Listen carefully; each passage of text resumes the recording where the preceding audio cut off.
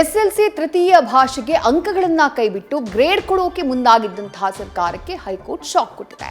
ಕೋರ್ಟ್ನ ಆದೇಶವನ್ನ ಪ್ರಶ್ನಿಸಿ ಅರ್ಜಿ ಸಲ್ಲಿಸಿದ್ದಂತಹ ಸರ್ಕಾರಕ್ಕೆ ಹಿನ್ನಡೆಯಾಗಿದ್ದು, ಹಿಂದಿನಂತೆಯೇ ಅಂಕಗಳನ್ನ ಕೊಡಿ ಅಂತ ಹೇಳಿ ಹೈಕೋರ್ಟ್ ನಿರ್ದೇಶನವನ್ನ ನೀಡಿದೆ. ಫಲಿತಾಂಶಕ್ಕೆ ಇನ್ನೇನು ಕೆಲವೇ ದಿನ ಬಾಕಿ ಇರುವಾಗ ಇಂಥದ್ದೊಂದು ಆದೇಶ ಬಂದಿರೋದು ಸದ್ಯ ವಿದ್ಯಾರ್ಥಿಗಳಲ್ಲೂ ಕೂಡ ಆತಂಕವನ್ನ ಹೆಚ್ಚು ಮಾಡಿದೆ.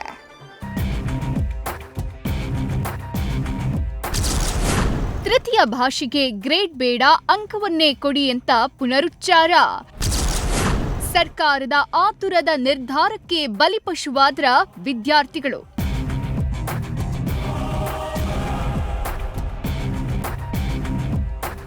ಅಪ್ಪ ಅಮ್ಮನ ಜಗಳದಲ್ಲಿ ಕೂಸ್ ಬಡವಾಯ್ತು ಅನ್ನೋ ಹಾಗೆ ಸರ್ಕಾರ ಮತ್ತು ಹೈಕೋರ್ಟ್ನ ನಿರ್ಧಾರದ ನಡುವೆ ಇದೀಗ ಪರೀಕ್ಷೆ ಬರೆದು ಇನ್ನೇನು ಮುಂದಿನ ವಾರ ರಿಸಲ್ಟ್ ಬರುತ್ತೆ ಅಂತ ಕಾದು ಕುಳಿತಿರೋ ವಿದ್ಯಾರ್ಥಿಗಳು ಒದ್ದಾಡುವಂತಾಗಿದೆ. ಎಸ್ಎಸ್ಎಲ್ಸಿ ಪರೀಕ್ಷೆಯಲ್ಲಿ ಹಿಂದಿ ಸೇರಿದಂತೆ ತೃತೀಯ ಭಾಷೆಗೆ ಅಂಕವೇ ಕೊಡಬೇಕು ಅಂತ ಕೋರ್ಟ್ ಆದೇಶ ನೀಡಿತ್ತು. ಇದನ್ನ ಪ್ರಶ್ನೆ ಮಾಡಿದ ರಾಜ್ಯ ಸರ್ಕಾರ ಮರು ಪರಿಶೀಲನೆಗೆ ಹೈಕೋರ್ಟ್ಗೆ ಅರ್ಜಿ ಹಾಕಿತ್ತು. ಇವತ್ತು ಅರ್ಜಿ ವಿಚಾರಣೆ ನಡೆಸಿದ ನ್ಯಾಯಾಲಯ ರಾಜ್ಯ ಸರ್ಕಾರದ ಗ್ರೇಡ್ ರೂಲ್ಸ್ಗೆ ಬ್ರೇಕ್ ಹಾಕಿ ಹಿಂದಿನಂತೆ ಅಂಕಗಳನ್ನೇ ನೀಡುವುದಕ್ಕೆ ನಿರ್ದೇಶನ ನೀಡಿದೆ. ಕಳೆದ ತಿಂಗಳು ಎಸ್ಎಸ್ಎಲ್ಸಿ ಪರೀಕ್ಷೆ ನಡೆಯುತ್ತಿರುವಾಗಲೇ ತೃತೀಯ ಭಾಷೆಗೆ ನೀಡಲಾಗ್ತಿದ್ದ 100 ಅಂಕವನ್ನ ಕೈಬಿಟ್ಟು ಗ್ರೇಡ್ ಮೂಲಕ ಫಲಿತಾಂಶ ಪ್ರಕಟಿಸ್ತೀವಿ ಅಂತ ಶಿಕ್ಷಣ ಸಚಿವ ಮಧು ಬಂಗಾರಪ್ಪ ಶಾಕ್ ಕೊಟ್ಟಿದ್ರು. ತೃತೀಯ ಭಾಷೆ ವಿದ್ಯಾರ್ಥಿಗಳಿಗೆ ಒತ್ತಡ ಹಾಕ್ತಿದೆ, ಇದು ಫಲಿತಾಂಶದ ಮೇಲೂ ಎಫೆಕ್ಟ್ ಆಗ್ತಿದೆ ಅಂತ ಕಾರಣ ಕೊಟ್ಟಿದ್ರು. ಶಿಕ್ಷಣ ಇಲಾಖೆಯ ಈ ನಿರ್ಧಾರವನ್ನ ಪ್ರಶ್ನಿಸಿ ಚಿಕ್ಕಮಗಳೂರಿನ ಸಹನಾ ಆರ್ ನಾಯ್ಕ್ ಸೇರಿ ಇತರೆ 3 ವಿದ್ಯಾರ್ಥಿಗಳು ಹೈಕೋರ್ಟ್ ಮೊರೆ ಹೋಗಿದ್ರು. ಅರ್ಜಿದಾರರ ವಾದ ಆಲಿಸಿದ ನ್ಯಾಯಾಲಯ ತೃತೀಯ ಭಾಷೆಯಲ್ಲಿ ಗ್ರೇಡ್ ಬದಲು ಅಂಕವನ್ನೇ ನೀಡಿ ಅಂತ ಸೂಚಿಸಿತ್ತು. ಈ ಆದೇಶವನ್ನ ಪ್ರಶ್ನೆ ಮಾಡಿ ಮರು ಪರಿಶೀಲನೆಗೆ ಹೈಕೋರ್ಟ್ಗೆ ಸರ್ಕಾರ ಅರ್ಜಿ ಸಲ್ಲಿಸಿತ್ತು. ಅರ್ಜಿ ವಿಚಾರಣೆ ನಡೆಸಿದ ಹೈಕೋರ್ಟ್ ಗ್ರೇಡ್ ಬದಲು ಅಂಕ ನೀಡೋಕೆ ಆದೇಶ ಕೊಟ್ಟಿದೆ.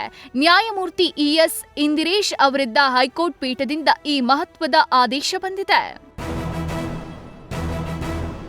ಹಾಗಿದ್ರೆ ಕೋರ್ಟ್ ಹೇಳಿದ್ದೇನು ಅಂತ ನೋಡ್ತಾ ಹೋದ್ರೆ, ಅಧಿಸೂಚನೆಯಲ್ಲಿಲ್ಲದ ಗ್ರೇಡ್ ಪದ್ಧತಿಯನ್ನ ಈಗ ಅನುಷ್ಠಾನಗೊಳಿಸುತ್ತಿದ್ದೀರಿ.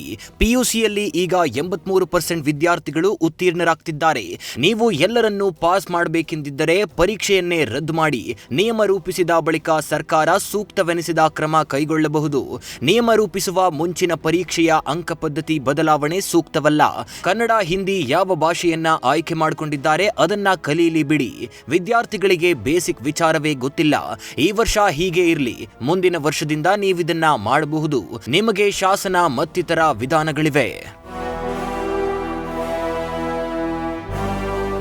ಫಲಿತಾಂಶಕ್ಕೆ ಇನ್ನೇನು ಕೆಲವೇ ದಿನ ಬಾಕಿ ಇರುವಾಗಲೇ ತೃತೀಯ ಭಾಷೆಗೆ ಗ್ರೇಡ್ ಬೇಡ, ಅಂಕವನ್ನೇ ಕೊಡಿ ಅಂತ ನ್ಯಾಯಾಲಯ ಸೂಚಿಸಿದೆ. ಈ ನಿರ್ಧಾರವನ್ನ ಕ್ಯಾಮ್ಸ್ ಖಾಸಗಿ ಶಾಲೆಗಳ ಒಕ್ಕೂಟ ಕೂಡ ಸ್ವಾಗತಿಸಿದೆ. ಒಂದು ಸರಿಯಾದ ರೀತಿಯಲ್ಲಿ ಬಳಕೆ ಆಗಲಿಲ್ಲ ಅಂದ್ರೆ ಮತ್ತೆ ಮಕ್ಕಳಿಗೆ ಗೊಂದಲ ಸೃಷ್ಟಿಸಿ ಇವತ್ತಿನ ದಿನ ಪರೀಕ್ಷೆಗೆ ಅಗೌರವ ತೋರಿಸಿರ್ತಕ್ಕಂಥದ್ದು ಸರಿಯಲ್ಲ ಅನ್ನತಕ್ಕಂಥದ್ದನ್ನ ನ್ಯಾಯಾಲಯ ಮತ್ತೆ ಮತ್ತೆ ಹೇಳಿದೆ.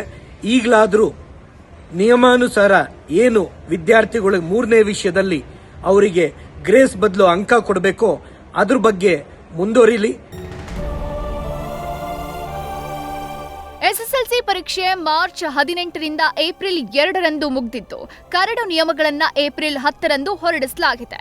ಹೀಗಾಗಿ ತನ್ನ ಆದೇಶ ಮರು ಪರಿಶೀಲಿಸಲು ನ್ಯಾಯಾಲಯ ನಿರಾಕರಿಸಿದ್ದು, ರಾಜ್ಯ ಸರ್ಕಾರ ಸಲ್ಲಿಸಿದ್ದ ಮರು ಪರಿಶೀಲನಾ ಅರ್ಜಿಯನ್ನ ಈ ಮೂಲಕ ವಜಾಗೊಳಿಸಿದೆ. ಇನ್ನು ಹೈಕೋರ್ಟ್ ಆದೇಶ ಬೆನ್ನಲ್ಲೇ ಶಿಕ್ಷಣ ಸಚಿವ ಮಧು ಬಂಗಾರಪ್ಪ ಪ್ರತಿಕ್ರಿಯೆ ನೀಡಿದ್ದು, ಎಜಿ ಜೊತೆ ಚರ್ಚಿಸಿದ್ದೀನಿ, ಸಿಎಂಗೂ ಮಾಹಿತಿ ನೀಡಿದ್ದೀನಿ, ಯಾವುದೇ ಕಾರಣಕ್ಕೂ ಮಕ್ಕಳು ಆತಂಕ ಪಡೋದು ಬೇಡ ಅಂದಿದ್ದಾರೆ. ಮಾನ್ಯ ಮುಖ್ಯಮಂತ್ರಿಗಳಿಗೂ ಕೂಡ ನಾನು ಇವತ್ತಾಗಲೇ ಇಲಾಖೆ ವತಿಯಿಂದ ಅಪ್ಡೇಟ್ ಮಾಡಿ ನಾಳೆ ಸಾಯಂಕಾಲ ಒಂದು ಡಿಸ್ಕಸ್ ಮಾಡಿ ನಮ್ಮದು ಎಲ್ಲ ಬೇರೆ ಬೇರೆ ಸಿಚುವೇಶನ್ಸ್ ಇದೆ. ಯಾಕಂದರೆ ಕನ್ನಡದ ಪರವಾಗಿ ನಾವು ಮಾಡಬೇಕು ಅಂಥೇಳಿ ನಮ್ಮ ಮಕ್ಕಳಿಗೆ ಒತ್ತಡ ಬರಬಾರ್ದು ಅಂಥೇಳಿ ನಿಟ್ಟಿನ ಮೇಲೆ ನಾವು ಮಾಡಿರ್ತಕ್ಕಂಥದ್ದು. ಈಗ ಮಾನ್ಯ ಮುಖ್ಯಮಂತ್ರಿಗಳು ಅವರಿಗೆ ಜನರಲಾಗಿ ಬ್ರೀಫಿಂಗ್ ಮಾಡಿದೆ. ನಾಳೆ ಸಾಯಂಕಾಲ ಮಾತಾಡಿ ನೆಕ್ಸ್ಟ್ ಏನು ಅಂಥೇಳಿ ನಾವು ಮುಂದಿನ ದಿನಗಳಲ್ಲಿ ಅನೌನ್ಸ್ ಮಾಡ್ತೇವೆ. ಇಲ್ಲ ಏನಿಲ್ಲ, ರಿಸಲ್ಟ್ ಎಲ್ಲ ಕರೆಕ್ಟಾಗಿರ್ತದೆ. ಒಂದು ದಿವಸ ಹೆಚ್ಚು ಕಮ್ಮಿ ಅಷ್ಟೇ. ಒಂದು ದಿವಸ ಅಂದರೆ ನಾವು 24 ಅಂತ ಹೇಳಿದ್ವಿ. PUCನೂ ಕೂಡ 7ನೇ ತಾರೀಕು ಇರೋದು 9ನೇ ತಾರೀಕು ಮಾಡಿದ್ವಿ. ಮೋಸ್ಟ್ಲಿ ಇದೇನು ಅಂತ ಲೇಟ್ ಏನಾಗೋದಿಲ್ಲ, ಇನ್ನು ಮುಂಚೆನೇ ಮುಗಿಸ್ತಕ್ಕಂಥ ವ್ಯವಸ್ಥೆ. ಏನಿಲ್ಲ, ನೀವೇನು ಇದನ್ನು ಭಯಪಡೋದೇನು ಬೇಡ. ಒಳ್ಳೆ ರಿಸಲ್ಟ್ ಬರ್ತದೆ ಮತ್ತು 100% ಲೇಟ್ ಮಾಡೋದಿಲ್ಲ. ಮಕ್ಕಳಿಗೆ ಆ ಟೆನ್ಷನಲ್ಲಿ ಇಡೋದೇ ಇಲ್ಲ. 100% ರಿಸಲ್ಟ್ನ ಆನ್ ಟೈಮಲ್ಲಿ ಬರ್ತಕ್ಕಂಥ ವ್ಯವಸ್ಥೆಯನ್ನು ನಾವು ಮಾಡ್ತೀವಿ. ಕೋರ್ಟ್ ಆದೇಶದ ಬೆನ್ನಲ್ಲೇ ಮತ್ತೆ ಗೊಂದಲ ಸೃಷ್ಟಿಯಾಗಿದ್ದು, ಸರ್ಕಾರದ ಆತುರದ ನಿರ್ಧಾರಕ್ಕೆ ವಿದ್ಯಾರ್ಥಿಗಳು ಬಲಿಪಶುವಾದ್ರ ಅನ್ನೋ ಚರ್ಚೆ ಜೋರಾಗಿದೆ. ಯಾಕಂದ್ರೆ ಆತಂಕ ಪಡಬೇಡಿ ಅಂತ ಈಗ ಏನೋ ಶಿಕ್ಷಣ ಸಚಿವರು ಧೈರ್ಯ ತುಂಬುತ್ತಿದ್ದಾರೆ. ಆದ್ರೆ ಪರೀಕ್ಷೆ ಬರೆಯೋದಕ್ಕೆ ಮೊದಲೇ ಅಂಕ ಕೊಡಲ್ಲ, ಗ್ರೇಡ್ ಕೊಡ್ತೀವಿ ಎಂದಿದ್ದ ಸರ್ಕಾರದ ಮಾತನ್ನ ನಂಬಿ ವಿದ್ಯಾರ್ಥಿಗಳು ತೃತೀಯ ಭಾಷೆಯನ್ನ ಗಂಭೀರವಾಗಿ ಪರಿಗಣಿಸದೆ ಪರೀಕ್ಷೆ ಬರೆದು ಬಿಟ್ಟಿದ್ದಾರೆ. ಈಗ ಪರೀಕ್ಷೆ ಮುಗಿದ ಮೇಲೆ ಗ್ರೇಡ್ ಬದಲು ಅಂಕವನ್ನೇ ಕೊಡಬೇಕು ಅಂತ ಕೋರ್ಟ್ ಹೇಳ್ತಾ ಇದೆ. ಇದರಿಂದ ಎಸ್ಎಸ್ಎಲ್ಸಿಯಲ್ಲಿ ಅತಿ ಹೆಚ್ಚು ಮಾರ್ಕ್ಸ್ ಪಡಿಬೇಕು ಅಂದ್ಕೊಂಡಿದ್ದ ವಿದ್ಯಾರ್ಥಿಗಳ ಭವಿಷ್ಯದ ಕಥೆಯೇನು? ಈ ನಿರ್ಧಾರ ವಿದ್ಯಾರ್ಥಿಗಳ ವೈಯಕ್ತಿಕ ಒಟ್ಟಾರೆ ಫಲಿತಾಂಶದ ಮೇಲೆ ಪರಿಣಾಮ ಬೀರುತ್ತಲ್ವಾ? ಈ ಎಲ್ಲಾ ಪ್ರಶ್ನೆಗಳಿಗೂ ಉತ್ತರ ಬೇಕು ಅಂದ್ರೆ ಎಸ್ಎಸ್ಎಲ್ಸಿ ಫಲಿತಾಂಶದವರೆಗೂ ಕಾಯಲೇಬೇಕು. ಭರತ್ ಜೊತೆ Sandesh, news first, Bengaluru. News first ನಿರ್ಭೀತಿಯಿಂದ ನಿಮ್ಮ ಪರವಾಗಿ.